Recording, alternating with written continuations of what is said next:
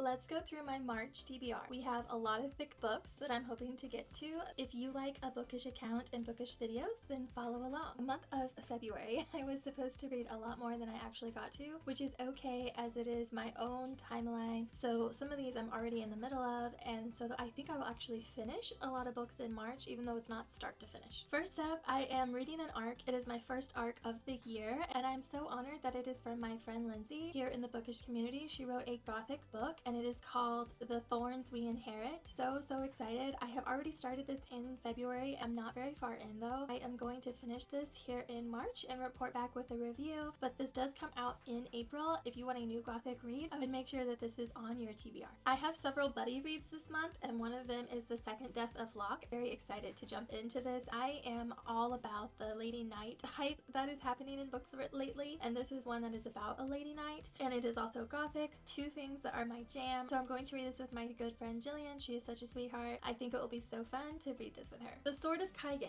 I have been reading this, but it was when I was sick, and then I did not pick this chunker back up. Then a friend reached out and was like, we could read this together, so we're gonna buddy read this in Fable for the month of March. So it will be finished when I come back in April, I promise.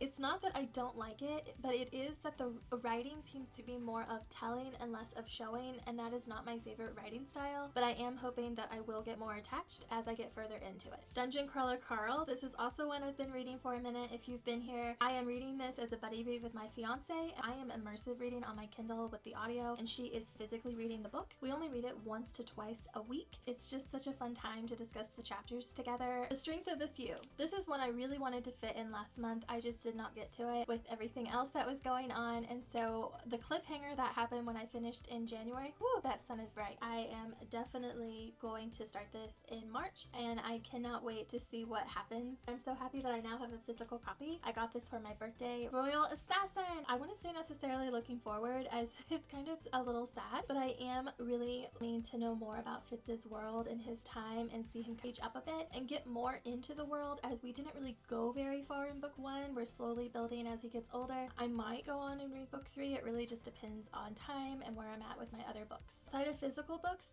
The Wicked and the Damned comes out. This is a new release that came out at the end of February. I'm hoping that my library hold comes through and I can listen to this on audio. I really enjoyed book 1, so this is a hopeful audiobook for me. And then last on the list is Get Over It, April Evans. This is also a new release, a queer rom-com by one of my favorite authors. So this is a lot of books, but again, they're like, I don't know, half of them, at least 4 of them, I'm already started and halfway through. So I am feeling pretty confident that I can get through most of these in March.